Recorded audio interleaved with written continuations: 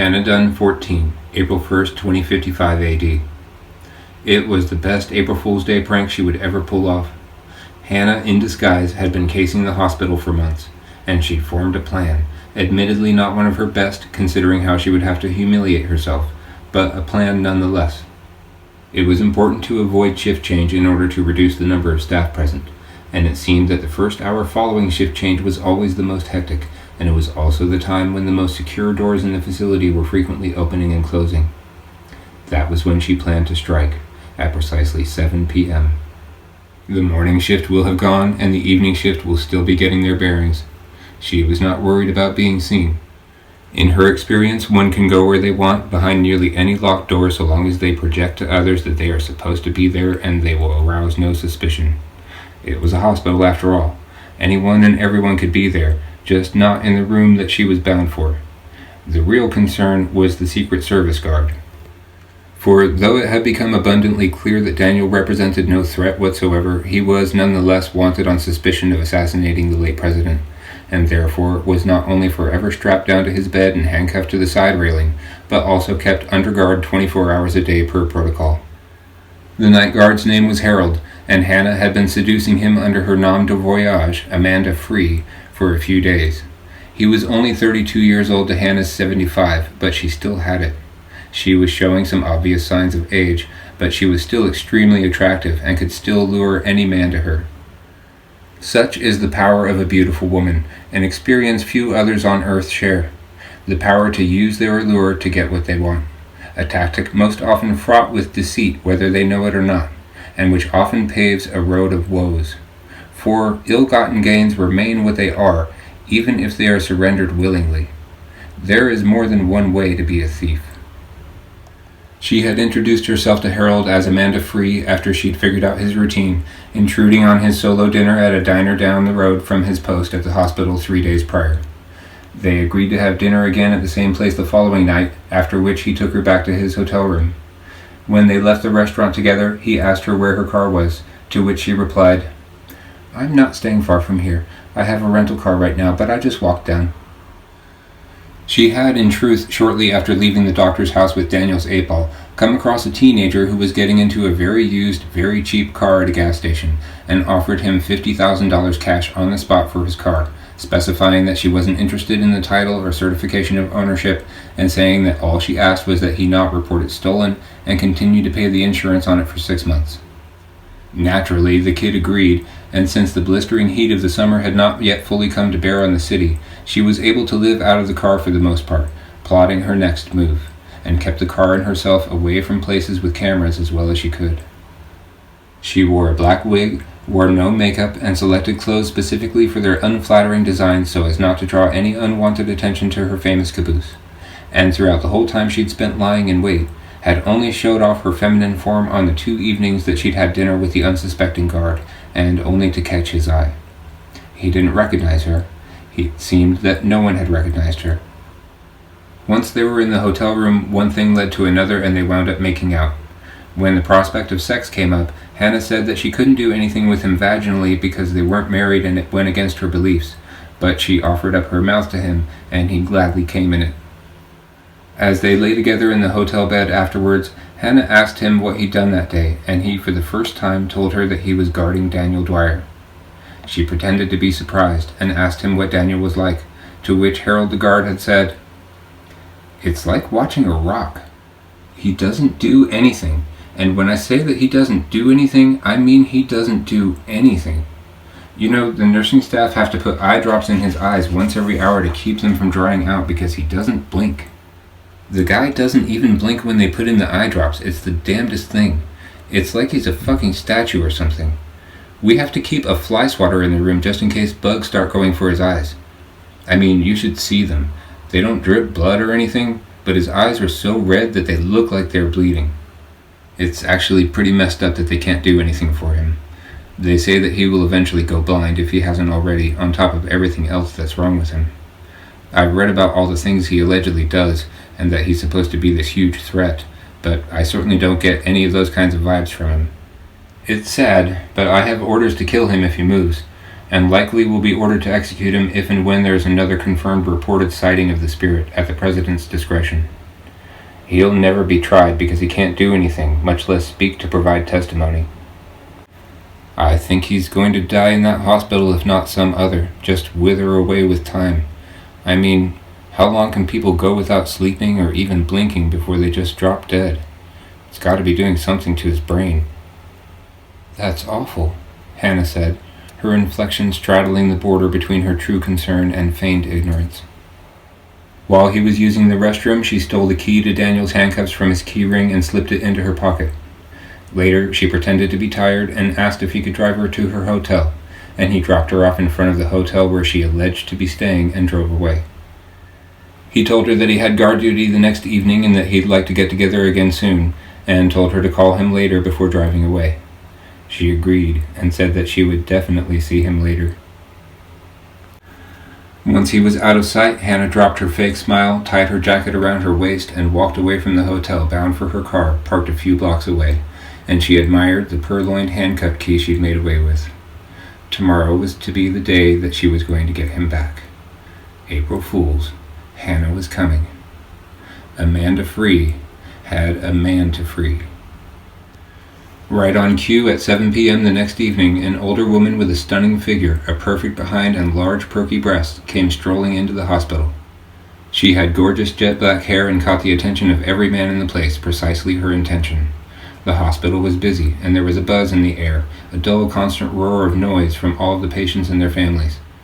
That buzz seemed to die down as she traversed the halls, as so many were distracted by her beauty and watched her pass by. Her fair, delicate skin was in deep contrast to her dark hair, which looked to be a very well-made wig to the discerning eye. With regard to her figure, it was her famous behind that stole the show, but hidden behind her blouse were what looked to be perfect round breasts that also did not go unnoticed. Staff and patients held doors open for her as she walked through the building. No one asked her where she was going or what she was doing. She just walked in like she owned the place, and she was treated like she did. She walked unassailed right up to the room that housed Daniel, and, knowing that the door would be locked, tapped on it. Harold was inside watching TV. She could see him through the window, him and her cherished one, her Daniel. He didn't recognize her at first, as the boobs were the first defining feature after her face that caught his eye, and he hadn't before seen Hannah's breasts. She had remained clothed the whole time they'd been together, and had worn loose-fitting shirts so as not to reveal her breast size to him, part of her plan. So it wasn't until he got closer that he finally recognized her face, and then he threw another glance at her chest, smiled at her through the window, and opened the door. "Hi, they said you'd be back here," she said as she entered the room. "Amanda, hi, you shouldn't be here," he said. "What are you doing here?" "I just wanted to say hi. So that's him, huh?" She walked directly to the foot of the hospital bed and looked at Daniel, strapped to the bed as he forever was. There were a host of tubes going this way and that for his benefit, some injecting him and feeding him, some drawing from him and taking his waste, and his eyes looked every bit as bad as she'd been led to believe. The sclera, the parts of his eyes that would ordinarily have been white, were the red of venous blood, and the dark red was intruding on the irises of his eyes, giving the unblinking eyes an almost demonic appearance. A chill ran up her spine as she saw him in this state. "Yeah, that's him," he said, checking her out as she was even more dolled up than he'd seen her before. "But you really shouldn't be in here." "Wow, look at his eyes." She walked along the left of the bed toward where his right wrist was handcuffed and bent over to look closer into his eyes, cleverly concealing Daniel's right hand and distracting Harold in the process simply by bending over and sticking her ass out. "You look amazing, and I'm very happy to see you, but you really have to go," he said. As he was talking, she undid the top 3 buttons on her blouse and started swaying her ass back and forth, further distracting him. Then she reached into her bra and said, "I've got a surprise for you. Do you want to know what it is?" She took Daniel's 8-ball out of her bra, leaving the other that she'd recently purchased in place over her other breast under her bra, and, without Harold noticing, placed it into Daniel's right hand and quite clearly said, "Go to sleep, Daniel." He hadn't noticed her place the 8-ball in his hand, but he did hear her say what she said, and he was stunned to see Daniel close his eyes and allow his head to slump back onto his pillow, but didn't pull his gun out until moments later when he heard the familiar sound of handcuffs being unlocked.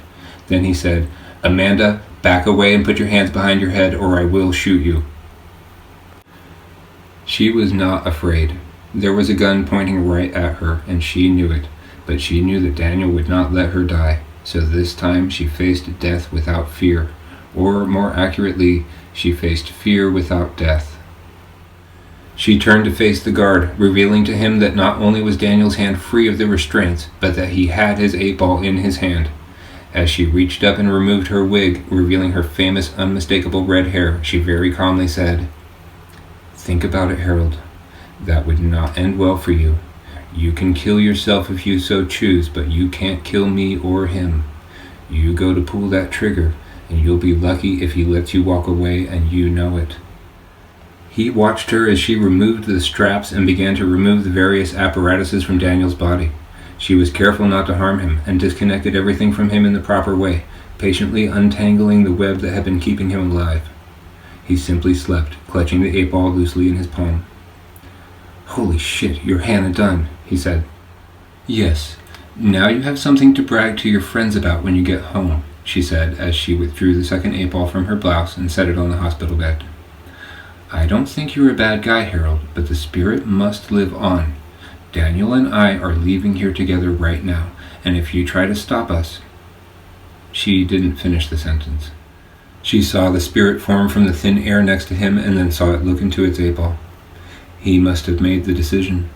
It must have been that he was going to shoot. It all happened in a split second. It could be argued that the instant the wave functions of the electron discharge in the guard's brain collapsed and defined the state of the electrons which comprised his thoughts at random, the precursor to his fate was made. He decided to shoot, when, only moments before, those same randomly realized electrons he calls thoughts had stayed his hand. The same quantum process that had made him refrain from shooting her immediately or from shooting her a second earlier or 3 seconds earlier was now telling him instead to shoot her. He'd changed his mind, something that is very often misconstrued as an act of free will, but that is, in reality, the result of uncontrollable and unpredictable processes, as are all thoughts, just as are all things everywhere at the level of their baser components. Whether or not it was fate or free will, the result was the same. Daniel, as he so often did with guns, grabbed the weapon and crushed it, pulverizing Harold's hands in the process. Harold howled in pain. Hannah watched. One would never know that her heart was racing by looking at her. She just calmly watched as the spirit again lifted his right hand to consult fate, the black fingers of which were all but indistinguishable from the black ball, appearing to be sunken almost completely under the surface. Harold begged for his life, but Daniel saw no distinction between killing with malice and killing under orders.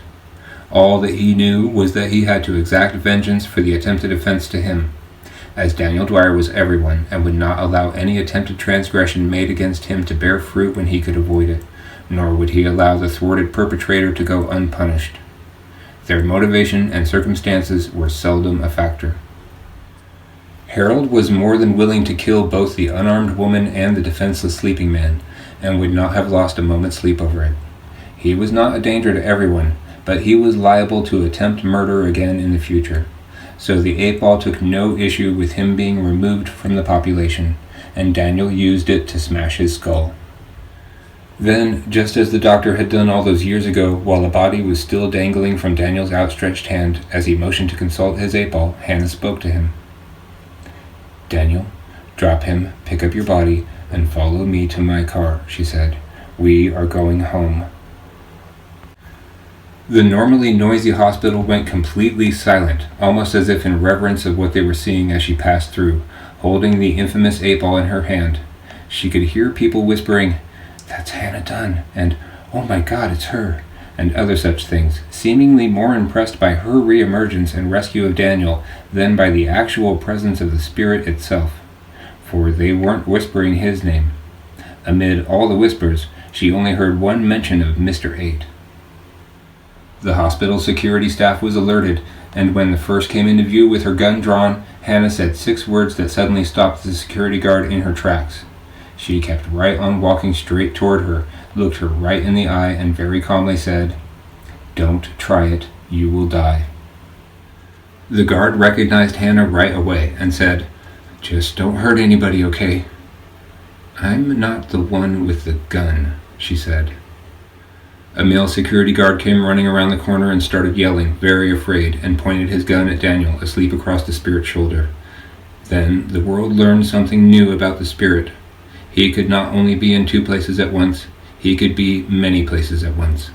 For as the spirit looked into its 8-ball, Daniel's body slung over its left shoulder, he remained behind Hannah, carrying his own body, and also appeared in front of the frantic guard just as he fired a shot, and the bullet ricocheted harmlessly off of the spirit's form, the second of 2 spirits in the same room. Then it thrust the 8-ball upward, uppercutting the guard's chin with such force that his jaw completely shattered, his neck broke, his shoes came flying off of his feet, he hit the ceiling, and he stuck there in the ceiling's construction for a second before falling to the floor dead. The female security guard holstered her firearm and put up her hands. People had started screaming when the shot was fired and the guard was killed. The crowd and cameras watched as both embodiments of the spirit independently consulted the black balls at the ends of their wrists, both black, neither red. They did not check them in sync. They were 2 that were the same and different. After the form that had killed the male guard checked his ball, he disappeared into thin air, while the one carrying his body just kept following Hannah. As more security poured in, the female guard screamed for them to stand down, and thankfully no more were killed. Just before they exited, Hannah turned around, held up a wagging finger, and gave one last foreboding. "Don't follow us," she said. Then they disappeared into the growing dark of the evening on their way to destiny. Alexander 22, July 19th, 45,674 BC. Hemhut exhaled a cloud of smoke and passed the Munga to Lylin. They lay, Lylin on top of him, both looking up at the night sky, little Fedagnot grooming himself atop Lylin's stomach, next to the pond, the roar of the distant winds calling out their threats, taunting Hemhut with the knowledge of their power and of the inevitability of their coming intrusion. Fate jumped down and scurried off when Lylin sat up coughing, the fur on her neck standing on end. "Are you all right, my love?" the giant asked. She turned to face him, still coughing, eyes welling up with tears, and through her choking coughs managed to say, "Yes, I'm okay. That was a good one." "Okay, so now that we have the natural dark, let me show you the experiment that redefined reality, the double-slit experiment. Watch the sky," he said. "All right," she said, getting a handle on her cough. "But is any of this going to make sense?" "Of course it is," he said. "It exposes a fundamental truth regarding existence, the duality of the universe. It literally makes sense in the sense that there would be no sense of anything without it. Sense itself is subject to the same principles as are stars and dust, thoughts and perception being no different than any other kind of energy. Sorry, I'm high. I'll try not to go too crazy on you. Let me know if my connections are getting too far away from convention for you. The path to understanding the truth is a maddening road that ends where it begins and changes nothing. Follow me at your own risk. For as empowering as it is to gain an intuition for truth, it leaves you with only the realization that there are no actual answers free of bias or that are absolute, and that the truth is, nothing is true. The questions that remain in the end are the same that's roots have toiled with us since the beginning, and I am afraid that there is simply no way of answering the ultimate question, the one I deeply want the answer to. "And what is the ultimate question, my love?" she asked him, turning back around to look at the sky, letting out one more controlled cough. "The ultimate question, Lylin," he said, taking the joint back from her. "The ultimate question is, what the fuck?" She burst out laughing, and so did he. They made such a ruckus that fate howled at them, enthused by their energy. Then he conjured an image in the sky. It looked simple enough. It was the image of a large, dark, flat surface. Spaced a good distance in front of it was an identical flat, dark surface, but with 2 vertical slits cut into it towards the center. Then, spaced the same distance away, a third surface with a single vertical slit in it, the slit in the single slit wall aligned to be in the center of the double slit surface. And then there was a lamp outside the three surfaces, adjacent the exterior single slit surface. It looked like a lamp placed 20 feet outside of a house that had had all but 3 parallel walls removed. The 20 by 20 foot wall with one slit cut out of the middle was closest to the lamp. Then there was a wall of the same dimensions 20 feet behind it, with 2 vertical slits cut out of its height, the slits all about 1 foot in width, the 2 spaced about 4 or 5 feet apart, centered on the wall. And then an intact wall 20 feet behind the wall with the 2 slits, one with no slits cut from it. Lylin looked at it and sat up, and then turned to look at him, and, eyes bloodshot as could be, said, "That's it? But it looks so simple." "It is exceedingly simple, yes," he said as she turned back around. "The complexities of the world reveal themselves through the simplicity of everyday things. For in everything there is a window to the truth, and the truth is never untrue, however questionable it may seem, no matter how far from conventional intuition it strays, as does what I am about to show you. If you choose to accept reality, then you must enable yourself to reconcile its mysteries and incongruences, and accept the truth when it is revealed." "I love you, Hemhut," she said as she adjusted her flower wreath and sat up straight, prepared to have her mind blown. "I love you, Lylin," he said. "This experiment can be done using photons, electrons, even whole atoms and molecules.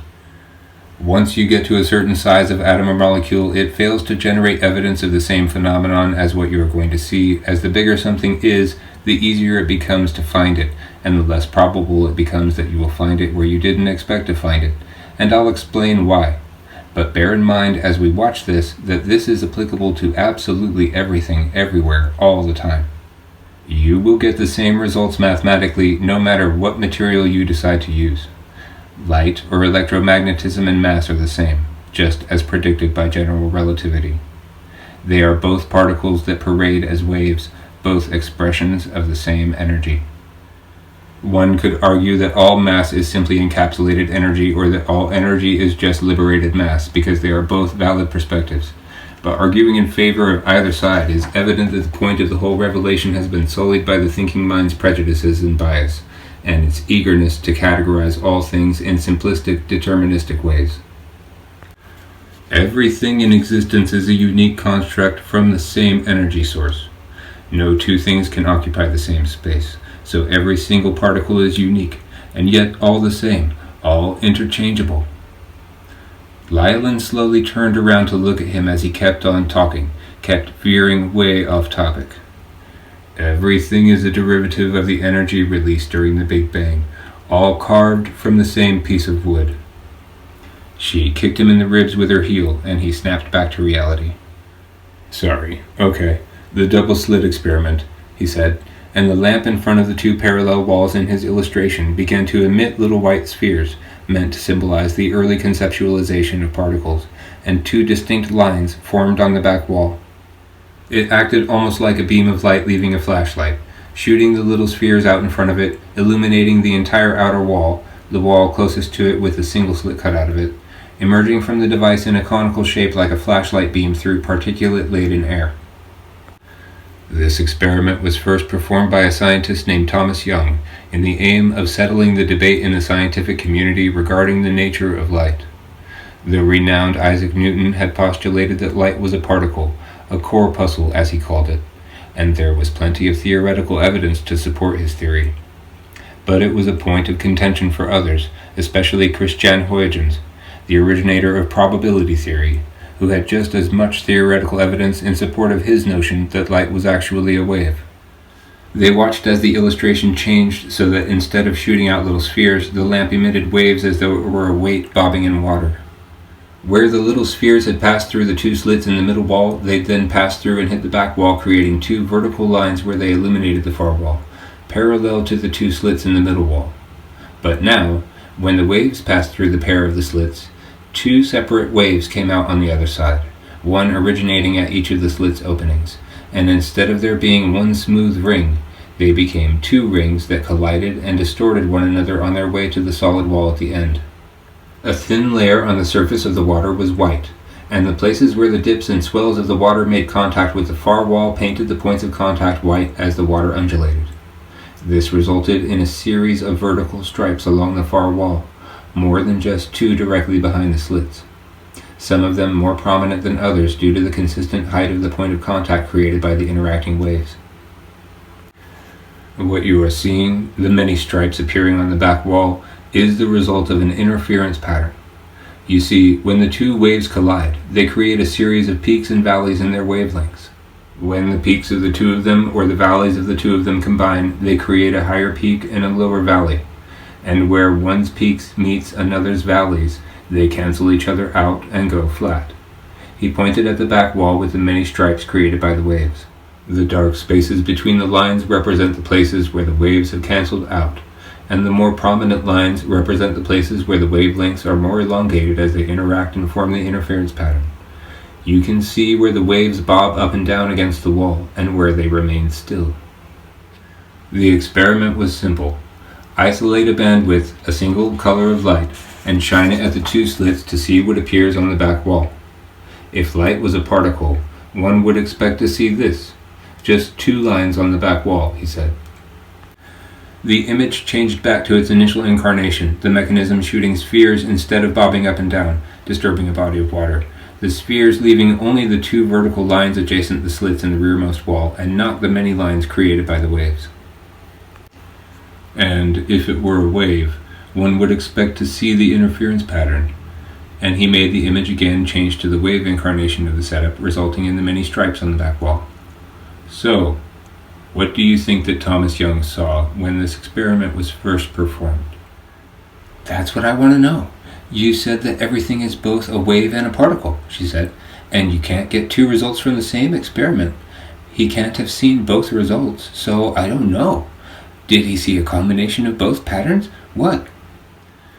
He saw the interference pattern, and the science community became convinced that light was a wave and that Newton was wrong for a long time. It wasn't until the advent of high technology that the deeper mystery revealed itself. Now, watch what happens when the lamp emits only one photon at a time. He pointed again at the display, and they patiently waited and watched as the interference pattern formed. The familiar interference pattern appears. I'll explain why this is significant in a moment. Now, watch what happens when we close off one of the slits. One of the slits in the second wall collapsed, leaving just one slit, and the interference pattern on the backslash disappeared, and a single white line replaced it, across from the slit in the middle wall. So, firing one photon at a time through the single opening results in the one stripe on the far surface, the result one would expect if light were a particle. Yet firing them one at a time through both slits yields the interference pattern of the wave. What is happening is that a single photon traveling as a wave form passes through both slits simultaneously to create the interference pattern. And yet each photon makes contact with the rear wall in a pinpoint like a particle to slowly form the interference pattern. It is not a single photon smeared out when it reaches the back wall, even though it was a single photon smeared out as it passed through the two slits.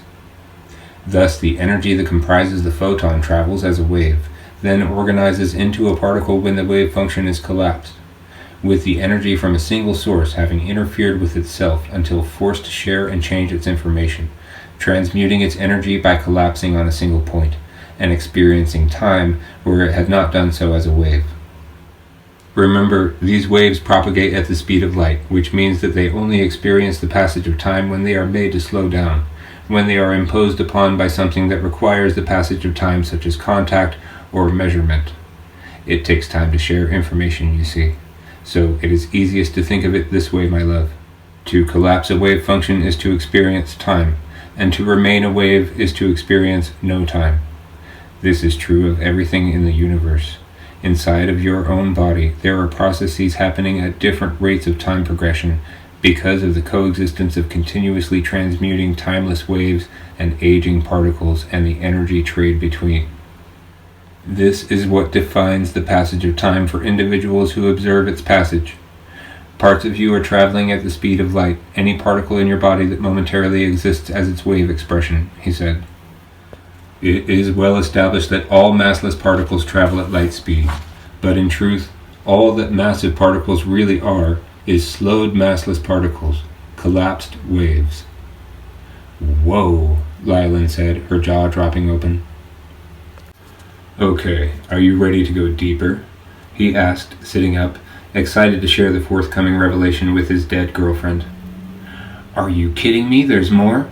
She widened her eyes and sat up straighter and pricked her ears up high and wide. There is always more, my love, he said. There is the challenge of predicting the location of the particle along the wavelength, a challenge because it cannot be accurately predicted. It can only be determined where it is more or less probable to be found. Thus, this is the reason why the random configurations that resulted in the formation of the universe were so unlikely, because they were so highly improbable.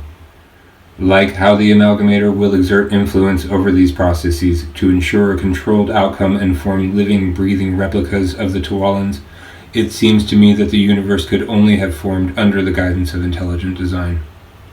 Left to its own devices, the universe should have formed nothing coherent, just like if the amalgamator were to simply purge the information it contains regarding the composition of every individual Tuolan into a random, disorganized pile of mush, and expect that the atoms would naturally arrange into our people. Something or someone must have invented the configuration of the universe, designed it. I don't remember doing it, but it may have been me.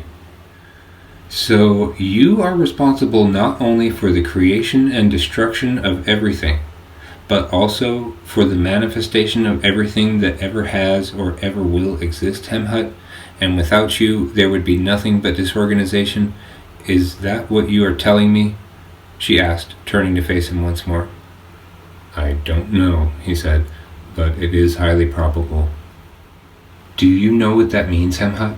She waited, but he did not respond. It means that you are Tahoa after all, that you always have been, and you just never knew it. You are a god, Hemhut, the god. You must be. I am only Hemhut, my love, he said. Gods are not selfish, and gods do not die. She stared deep into his eyes and said, You are not selfish, just foolish. He playfully knocked her off his stomach, and surprised, she tumbled to the ground and laughed. They talked a while longer, and then he sent her to bed and set to his nightly task of fighting the power of the true gods, the laws of nature, as they mercilessly attempted to entomb the little part of Tuwala that he had left. And he spent the night, as he always did, dissecting and integrating and connecting the underpinnings of reality and endlessly pondering the ultimate question, what the fuck?